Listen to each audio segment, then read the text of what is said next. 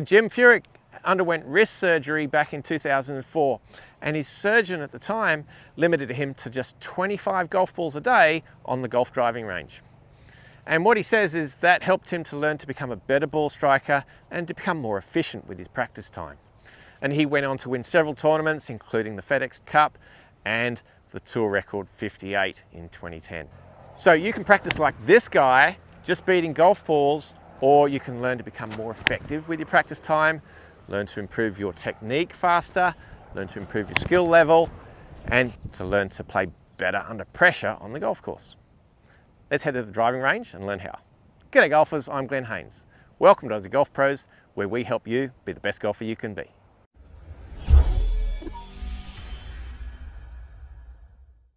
Let's begin with how we can improve our technique more efficiently, more effectively on the golf course.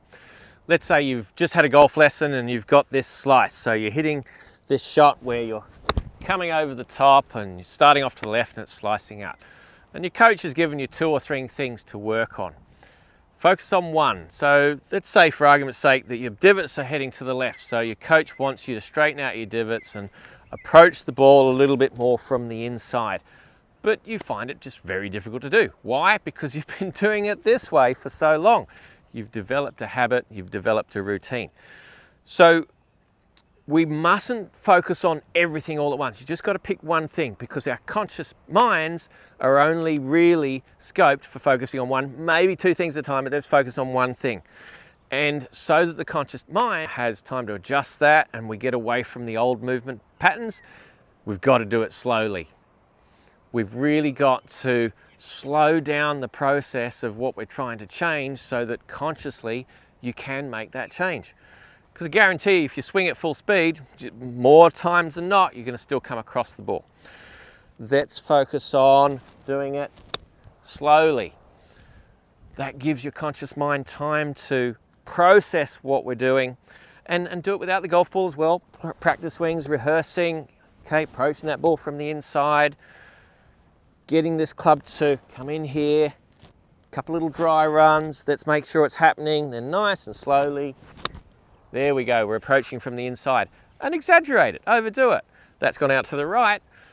So what? I've approached the ball from the inside. And do that plenty of times. Spend a whole session just working on getting that one thing right. Depending on what your coach has said to you, you might have 2 or 3 things to work on, but it's important to compartmentalize this and focus, get one thing right. And then once you feel like that's happening, that it's starting to feel better, then speed it up a little bit. Don't go ahead and hit full powered swing straight away. Just take it step by step. So go a little faster, your little dry runs, approaching from the inside, and a little faster, and it's coming together. Now, if you find that you get to that step where, oh, it's too fast for you, you start to come across, you can see the divots going across again, then step back. Now, this is just one example. You might be working on a new grip or a club face position, learning how to release it, trying to keep your head still, trying to maintain posture, whatever it is, focus on it slowly, take it one step at a time, and compartmentalize. Just pick one thing. I'm sure you've got 2, 3 or more things that you'd like to improve technically in your swing. Focus on one at a time and spend a good whole session at it and work on the next step next day. Next, we're going to demonstrate an example of developing skill. So this little challenge is designed to help you with improving your tempo and your distance control with your approach shots. So this is just one example. We have lots of different drills and videos designed to help you develop skill rather than technique. Check out the link in the description below. We've got 5 videos, 5 different links there, just developing skill. Not about technique, but developing skill. And it's a really big, important aspect of improving your golf out in the golf course. So this one, we've got the white flag up here, past the yellow flag. That's at 125 yards, 115 meters. And for me, that's a wedge distance. And that's what I have here, my pitching wedge. But I also have my 9-iron and my 8-iron, and I'm going to challenge myself to see how close to that target I can get with those clubs. So clearly that's going to require a little bit less speed, a little bit less swing maybe, different ways to do it. So let's start with just a full pitching wedge. And just right at target. but the distance is good. Now with the 9-iron, I'm going to have to take some speed off of this. This is where the challenge comes in. And the whole point here is that we're practicing differentially. We're hitting different shots each time. Just one wedge, one 9-iron, one 8-iron. Ask yourself, when was the last time you hit 10 shots in a row with the one club out on the golf course? Doesn't happen. So now the 9-iron, a little bit less power. Like that. Let's see how the distance is. Just shy, took a little bit too much speed off it.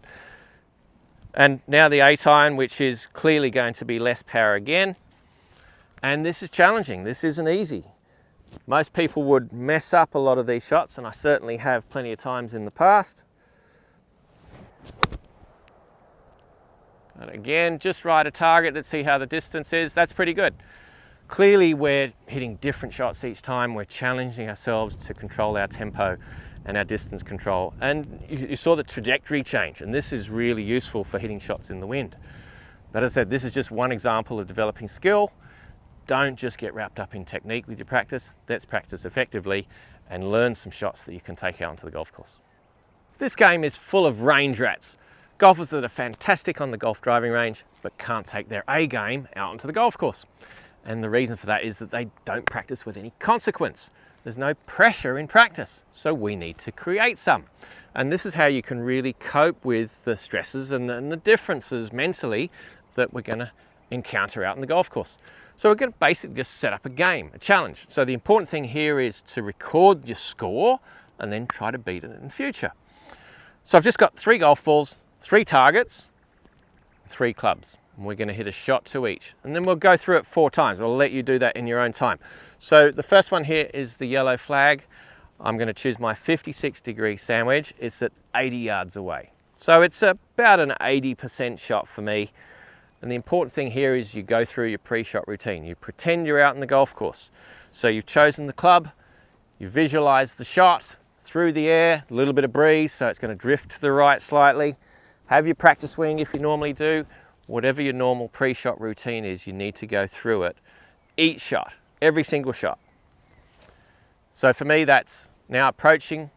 I visualize the shot, pick my aiming point, club behind the ball, step into position, take my grip, have a look and a waggle, another look and a waggle, and pull the trigger. It's online. Now I've set myself up an imaginary target there, 10% diameter of the distance. So it's an 80-yard shot, so I've got an 8-yard circle diameter around that flag. And I've landed just inside that, so that's a point. Don't worry about where it bounces. We're talking about hitting into greens here and into targets.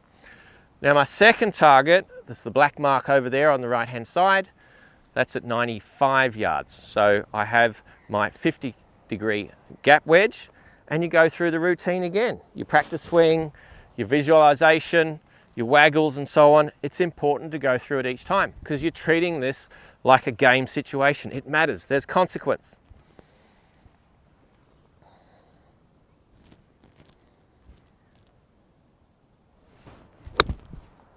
It's good, it's online, and another point.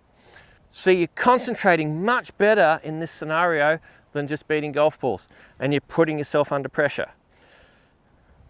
That doesn't always come off.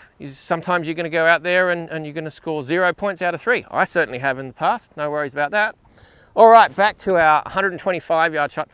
I've decided to go with my 9-iron here rather than blast the full pitching wedge.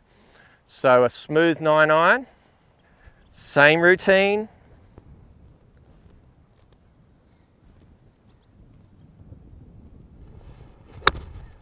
Oh, it's a little left. Is the breeze pushing it back? Now, slightly wider radius there because it's 125 yards, so I've got a 12-yard diameter, and I think I've landed just inside that. But you need to be tough with yourself. You need to be honest. Go through that 3 more times. So you've got 12 balls and a score out of 12. Record it in your phone or a practice book, and then come out the next day and try and beat it. This is just one example. You're only limited by your imagination. You can have putting games and chipping games. And we've talked about these in other videos in the past. We've got a link up in the description here of a great short game challenge that's really going to put you under pressure. So watch that video next. There's your free training guide, all of the notes and images from today's lesson. It's also in the description below. Thank you so much for watching. We look forward to your company next week. Are you the best golfer you can be?